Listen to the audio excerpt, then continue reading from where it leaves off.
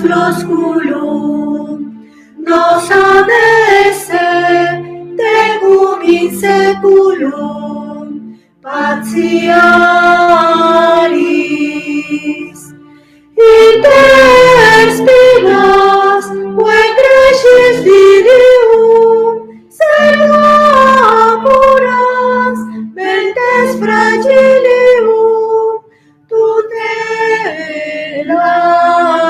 tutelaris. Armatura fortis pugnantium, forum bella tende presidium, scapularis. Pericerta prudens consilium, per adversa luce solatium, largiaris. Mater dulcis, Carmeli Domina, levem tuam, reple Laetitia, guave aris. Paradisi, lais edianua, fac nos dulci, quo Mater gloria, coronaris.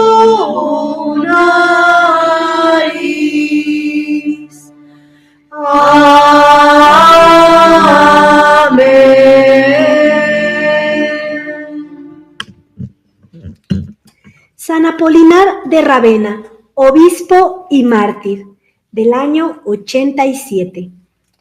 Día 23 de julio. Dábase antiguamente el nombre de pasión a los documentos hagiográficos que relataban el martirio de los santos. Poseemos variadas y antiquísimas pasiones, pero algunas carecen de autoridad histórica, porque ciertos relatos han sido considerablemente desarrollados y amenizados con episodios recogidos sin gran escrupulosidad de tradiciones y leyendas populares. La pasión de San Apolinar, de la cual entresacamos el presente relato, es una de las que, según los historiadores, ha sufrido esta lastimosa adulteración. Podemos, no obstante, asegurar que su fondo es rigurosamente histórico y científicamente demostrado, a saber que San Apolinar fundó la iglesia de Ravenna por encargo del mismo San Pedro, que obró portentosos milagros y que alcanzó la palma del martirio imperando Domiciano. De ello da fe el doctor de la iglesia, San Pedro Crisólogo, sucesor de nuestro santo en la sede episcopal ravenense desde 432 a 452. No menos difícil se hace precisar con exactitud en qué punto se aparta de la realidad histórica el autor de la Pasión, o mejor dicho, hasta dónde llega la veracidad de los relatos de que ha debido echar mano. Sin embargo, no debe rechazarse en absoluto un texto respetable, al menos por su antigüedad, pues es anterior al siglo V. Careciendo de fuentes más autorizadas, acudimos a esa, advirtiendo de antemano que los diálogos que reproducimos no han de considerarse como textuales, sino más bien como expresión literaria y dramática de los sucesos. San Apolinar en Ravenna. Fiel y fervoroso cumplidor del precepto de Jesucristo, id y enseñad a todas las gentes, San Pedro, príncipe de los apóstoles, envió por todo el orbe celosos operarios a trabajar en la viña del Señor. Entre los primeros y más ilustres cuéntase a San Apolinar, infatigable cooperador del santo apóstol desde su traslado de la sede de Antioquía a Roma. Llegado a las cercanías de Ravenna hacia el año 50, se presentó en casa de un soldado pidiendo hospedaje. Ireneo, que así se llamaba éste, le recibió con cariñosas muestras de afecto, mereciendo que Apolinar le contara llanamente las incidencias del viaje y le diera a conocer los proyectos que se proponía realizar en aquella población. Observando en el militar creciente interés por cuanto oía, le invitó a desechar el falso culto de los dioses y a abrazar la religión cristiana, cuya doctrina, llana y sencillamente, le expuso. Replicóle Ireneo: si el Dios que me predicas, oh extranjero, es tan poderoso como dices, suplícale que devuelva la vista a mi hijo y creeré en él. Trajeron al ciego y hecha sobre sus ojos la señal de la cruz, recobró la vista. Con gran admiración y asombro de los muchos curiosos que allí se habían congregado para contemplar de cerca al extraño forastero. Este prodigio influyó favorablemente en el ánimo de los circunstantes, que escucharon admirados las enseñanzas del santo. En casa de un tribuno, la prisión. Hallábase Ireneo al día siguiente en casa de un tribuno militar, amigo suyo y cuya mujer por nombre Tecla padecía una enfermedad reputada como incurable por los médicos. Entre los varios asuntos de conversación se vino por fin a hablar de la desventurada Tecla, cuya enfermedad aquel día había llegado a su periodo álgido.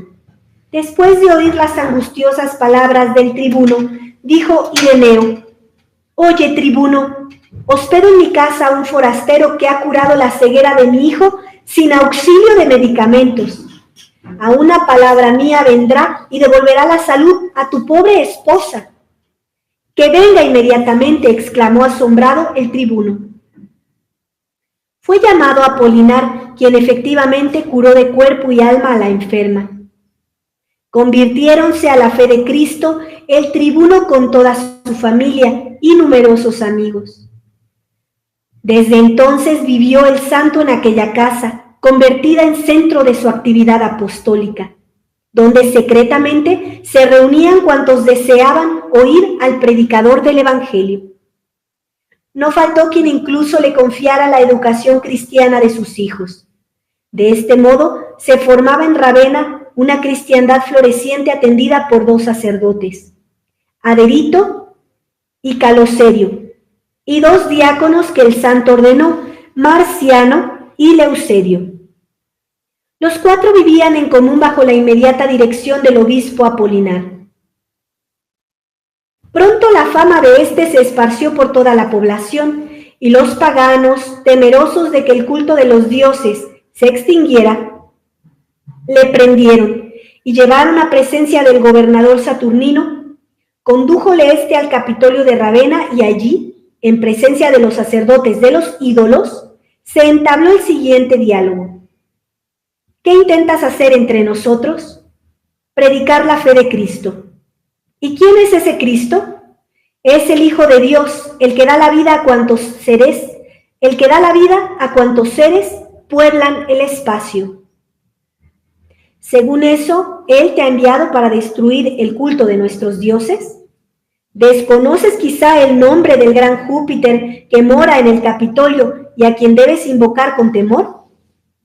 Ignoro en absoluto quién sea ese Júpiter y que haya aquí algún templo a él dedicado. Que se venga con nosotros, dijeron los pontífices al juez, y podrá contemplar la magnificencia del templo y la hermosa estatua de nuestro Dios poderoso y temible. Accedió el juez y acompañaron a Apolinar al templo. Al verle, sonrió y dijo en tono burlesco y compasivo: ¿de esta magnificencia y de estos adornos os enorgullecéis? Más os valdría vender todo eso y repartir su precio entre los pobres, en vez de dedicarlo al culto de los demonios. Sin poder contener la ira ante estas palabras, los idólatras, ciegos de furor, amotinaron al populacho contra el santo. Le sacaron violentamente de la población y lleváronle a rastras hasta el mar, donde tras un brutal apaleamiento le dejaron medio muerto.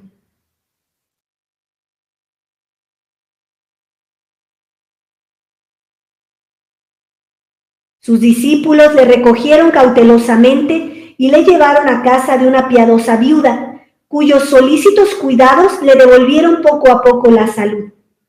Dirigióse luego a Chiusi, Toscana, instado por un tal Bonifacio, cuya hija posesa curó milagrosamente.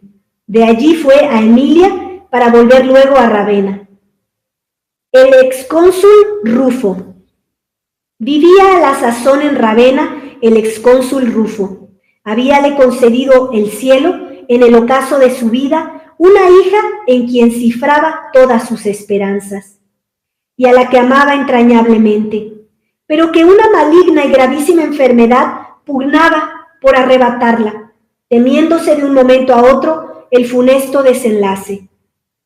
Amargado por el dolor, envió al siervo de Dios un mensajero exponiéndole su triste situación, convencido que solo él podía remediarla. Accedió Apolinar, mas apenas llegó a la casa del noble patricio, la doliente falleció. El angustiado padre exclamó inconsolable: «Ojalá no te hubieras llegado a mi casa, Apolinar, pues Júpiter no hubiera vengado el desprecio que le hice al confiar en la virtud de tu Dios arrebatando la vida a mi hija». Y luego, descorazonado, añadió: «¿Qué puedes hacer ya por ella?». «Ten confianza, Rufo», respondió el santo. «Promete dejar a tu hija en absoluta libertad de seguir a Jesucristo». «Mi hija ha muerto», suspiró el excónsul, «pero si por un imposible volviera a la vida, no sería yo quien me opusiera a sus deseos, aunque hubiese de abandonar mi casa por seguir los consejos y los ejemplos de su libertador». Triste y desoladora escena de dolor presentaba aquella morada. El más profundo silencio, solo interrumpido por los sollozos, reinaba en torno de la difunta. Acercóse el santo obispo al féretro y elevó a Dios esta plegaria: «Señor, tú que concediste a Pedro el don de milagros, da a su discípulo el de resucitar a esta tu criatura, pues te confieso por único Dios». Y tomando de la mano el cadáver de la joven le dijo: «En nombre de Cristo, levántate y confiesa que no hay más Dios verdadero que el de los cristianos». Levantóse llena de vida y con voz segura exclamó: «Confieso no haber más divinidad que la que predica este hombre». Los presentes, estupefactos, llenáronse de alegría y se convirtieron a la fe en número de 300. El santo administró a todos el bautismo, comenzando por Rufo y su hija. Qué grandes milagros el ser resucitada esta hija. A mí me resulta imposible no verme reflejada en cada lectura de santo. Yo estaba muerta en la vida pagana y el Señor me ha llamado a servirle, me resucitó, me sanó inclusive de enfermedades que yo tenía muchísimas y hoy siento muchísima fuerza y conozco a este Dios vivo que está delante de nosotros, Jesucristo, y el Señor sigue regalando muchas conversiones, sigue regalando grandes milagros también de sanaciones y que lo siga haciendo el Señor porque Él es tremendamente generoso con todas sus riquezas. Pero lo que yo más le suplico es la conversión. Yo no soportaría, y en verdad me causa inmenso dolor, que la gente se vaya de aquí, a donde sea que haya decidido irse en la vida eterna, sin conocer la bondad de nuestro Señor Jesucristo, sin conocer lo grande que es este Dios, que hermoso aquí está delante de nosotros, prisionero, en la cruz está completamente crucificado por amor tuyo. Y cuando uno se siente tan amado, lo único que desea es corresponderle. Y la única forma de corresponderle es con la santidad, reconociéndolo como único Dios. En la vida que yo tuve de paganismo, porque yo no conocía la Iglesia Católica, desgraciadamente, creí en muchos dioses falsos, hice muchas cosas equivocadas. Y cuando nuestro Señor Jesucristo me recuperó, supe que solamente existe un Dios y ese es nuestro Señor Jesucristo. No sigas siendo infiel buscando en lo que no es de Dios. Retira de todo lo que es de la nueva era, aunque ahí te prometan que te vas a curar, que te vas a sanar. Retírate de todo lo que es acupuntura, naturismo, horóscopos, cartas limpias. Retírate de todo eso, de todo lo que sea un fetichismo o una superstición. Retírate. No provoques la ira de un Dios que es tan fiel y que es tan bueno, pero que es tremendamente celoso y que te quiere completamente para Él, así como a esta mujer la quiso para Él, y entonces ella reconoció que solamente existía un solo Dios, el Dios de los cristianos, nuestro amado Jesucristo. Hoy vive tu vida reconociendo que solo existe un Dios, que es Él, y no le causes lágrimas.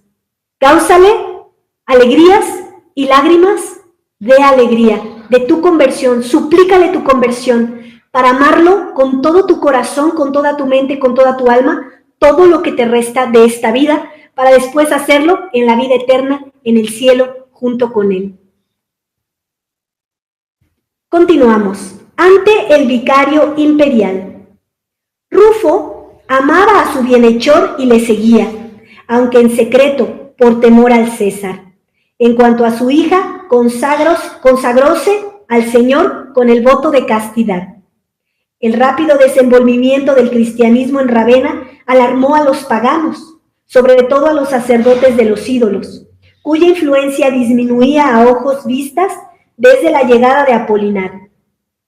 Elevaron sus quejas al emperador Vespasiano, quien por complacerlos ordenó a su vicario de Ravenna, llamado Mesalino, que públicamente interrogara al extranjero. Hízolo así mediando el siguiente diálogo. ¿Cómo te llamas? Apolinar es mi nombre. ¿De dónde vienes? De Antioquía. ¿Cuál es tu oficio? Soy cristiano y discípulo de los apóstoles de Cristo. ¿Y quién es ese Cristo? El Hijo de Dios vivo, creador del cielo y de la tierra, del mar y de cuanto ellos contienen. ¿Será tal vez aquel Jesús que los judíos crucificaron por llamarse Hijo de Dios? Si tal es, no entiendo yo cómo podía ser Dios dejándose insultar impunemente y crucificar con ignominia.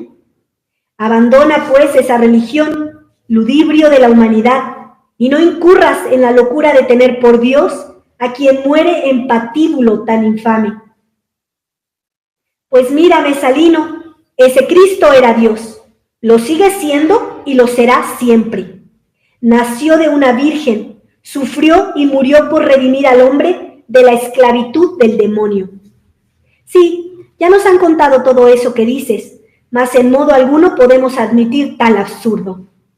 Atiéndeme, Salino, sin prevención e imparcialmente. Ese Dios encarnado en el seno de una virgen obró un sinfín de milagros mientras vivió. Y si bien es verdad que padeció afrentosa muerte en cruz a manos de los judíos, únicamente padeció y murió su humanidad, no su divinidad, pero resucitó glorioso al tercer día y subió a los cielos algún tiempo después por su propia virtud. Concedió a sus discípulos la potestad de ahuyentar a los demonios, curar a los enfermos y resucitar a los muertos. En vano tratas de persuadirme. No puedo reconocer por Dios a quien el Senado romano desecha. Cesa tu insensato discurso y sacrifica al inmortal Júpiter. De lo contrario, las torturas y el destierro serán tu paga. Haz de mí lo que te plazca, puesto que solo a Cristo mi Señor ofreceré incienso en alabanza y olor de suavidad. Este hombre usurpa el título de pontífice que únicamente nosotros podemos tener, gritaron los sacerdotes paganos, y además pretende seducir y engañar al pueblo. ¡A los azotes! Mandó Mesalino llamar a los verdugos y les dio orden de flagelar despiadadamente al santo obispo. Y como que el mártir, firme en la fe, no cesaba de confesar con entereza a Cristo, quiso vencer su constancia a fuerza de suplicios. A la cruel flagelación siguió el tormento del potro y luego la inmersión en aceite hirviendo. No paró aquí el procurador, desterróle a Iliria cargado de cadenas. «Juez inicuo», exclamó el santo mártir, «¿por qué no reconoces a Cristo y así te evitarías los tormentos eternos de la vida futura?» Mucho ofendió a Mesalino tanto atrevimiento, y juzgó del caso castigar ejemplarmente tal audacia. Ordenó pues que le golpearan la boca con piedras afiladas. Los cristianos, testigos de tan inhumano proceder, tomaron la justicia por su mano y arremetieron con fuerza a los paganos, que presa de indecible pánico, huyeron a la desbandada, resultando heridos algunos de ellos. Este desagradable incidente no hizo más que reavivar la ira de los gentiles. Apoderáronse de Apolinar, lo arrojaron en un profundo y oscuro calabozo para dejarlo morir de hambre. Pero Dios quiso demostrar la santidad de su siervo y dispuso que a la primera noche un ángel le sirviera de comer a vista de los estupefactos.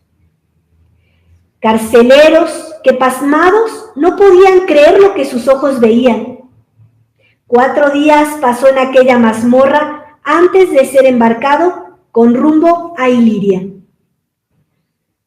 Correrías apostólicas, segundo interrogatorio. Ya en alta mar sobrevino deshecha tormenta que hizo zozobrar la embarcación, arrastrando en su rápido hundimiento a la mayoría de los tripulantes.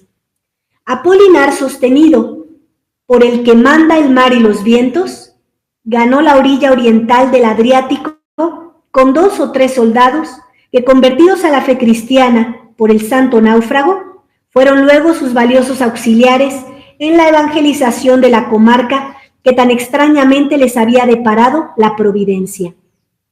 El demonio vio tambalearse su poder donde hasta entonces había tenido tranquilo dominio. Trató, por lo tanto, de malograr el apostolado de Apolinar, endureciendo el corazón y torciendo la voluntad de los naturales.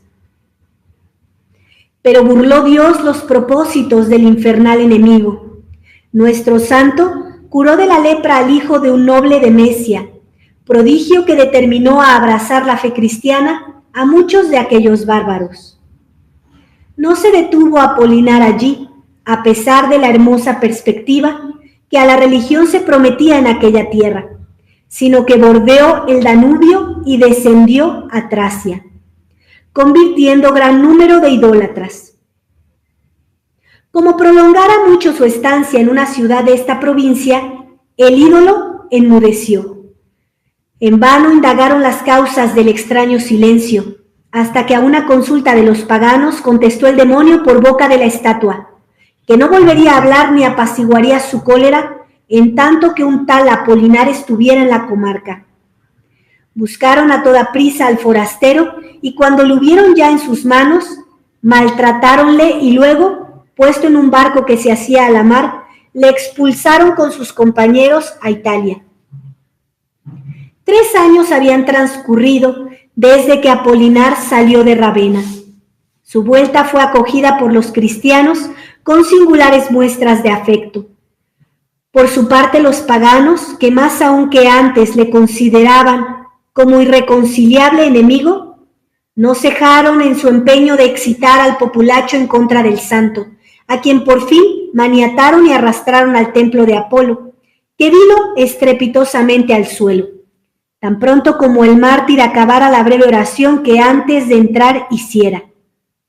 Fue puesto luego a disposición del pretor Tauro, a cuyo hijo curó de completa ceguera, invocando el nombre de Cristo. Agradecido el pretor, y para sustraerle a las iras de los gentiles, simuló su detención y arrestóle en una quinta, donde pasó 4 años fortaleciendo la fe de los muchos convertidos, ganando nuevos adeptos a la causa de Dios y curando toda clase de enfermedades. Intento de evasión, muerte del santo. Los sacerdotes de los ídolos descubrieron las intenciones que abrigaba Tauro, reteniendo en su finca al obispo, razón por la cual acudieron nuevamente a Vespasiano, asegurándole que peligraba el imperio si no cesaban las activas propagandas del cristiano en perjuicio de la religión de los romanos. Ante denuncia tan grave, dio orden al patricio Demóstenes para que juzgara al supuesto criminal sin pérdida de tiempo. Ya el reo ante el tribunal preguntóle al juez: «Viejo seductor, ¿cuál es tu linaje? Soy cristiano y tengo a mucha gloria el serlo». «Insensato, sonó ya la hora de acabar con tus locuras y calmar la cólera de los dioses justamente irritados contra ti. Lejos de mí, semejante villanía. Moriré fiel a mi Dios y gustoso ofreceré mi vida en holocausto por mis hijos espirituales. Y ay de ti, Demóstenes y los demás paganos, que rehusáis adorar a Cristo. Las llamas eternas del infierno serán el galardón que premie el culto que dais a los demonios». Exasperó al juez tan valiente confesión. Confió la custodia del reo a un centurión, mientras él ideaba nuevos géneros de tormentos que acabaron con la vida del santo mártir. Pero ocurrió que el centurión era cristiano, aunque no manifiestamente, y pensando prestar un servicio a la fe que profesaba, propuso al detenido un plan de evasión. Aceptó a Apolinar, con la mira puesta únicamente en la extensión de la fe, y realizóse a medianoche. Pero otros eran los designios de la divina providencia, que quería recompensar los trabajos de su siervo. Estando ya fuera de la población, reconociéronle unos espías paganos y le prendieron, y apalearon tan bárbaramente que le dejaron por muerto. Recogido por sus discípulos, fue llevado a casa de un leproso, donde vivió aún 7 días. Allí predijo a los cristianos grandes persecuciones contra la Iglesia, seguidas de la más completa calma. Allí predijo a los cristianos grandes persecuciones contra la Iglesia, seguidas de la más completa calma. Efecto del triunfo definitivo del cristianismo sobre la religión pagana. Murió el atleta de Cristo el 27 de julio del año 87 y su cadáver fue enterrado en Clasé, hoy día Clasé Fuori, arrabal de Ravenna. Cabe su sepultura, se reunían los habitantes de la ciudad en circunstancias en que se había de prestar solemne juramento, y al efecto extendían las manos sobre la tumba que guarda las preciosas reliquias de su glorioso progenitor en la fe cristiana.